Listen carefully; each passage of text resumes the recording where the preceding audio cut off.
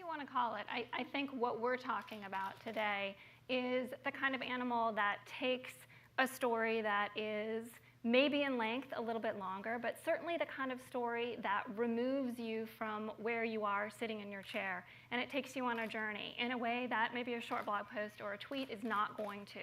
So it takes you into the story, and it uses some of the tools that we didn't have a couple of years ago when there was magazine Longform that looked a little bit different. And we really try to use video and photography and graphics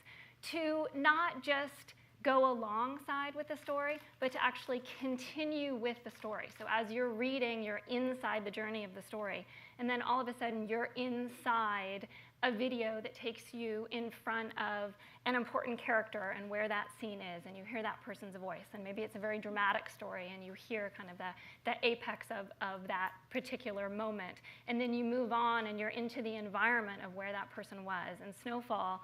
one of the earliest pieces that we worked on was what we called the flyover. And it was, you're reading along and you're reading about this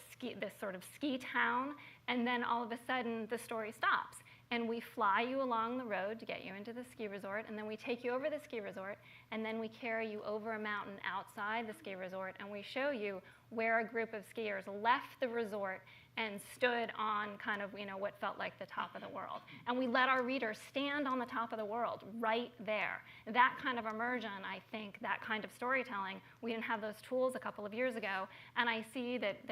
Brookings and Slate and Washington Post and the New York Times and ESPN, we're all kind of excited about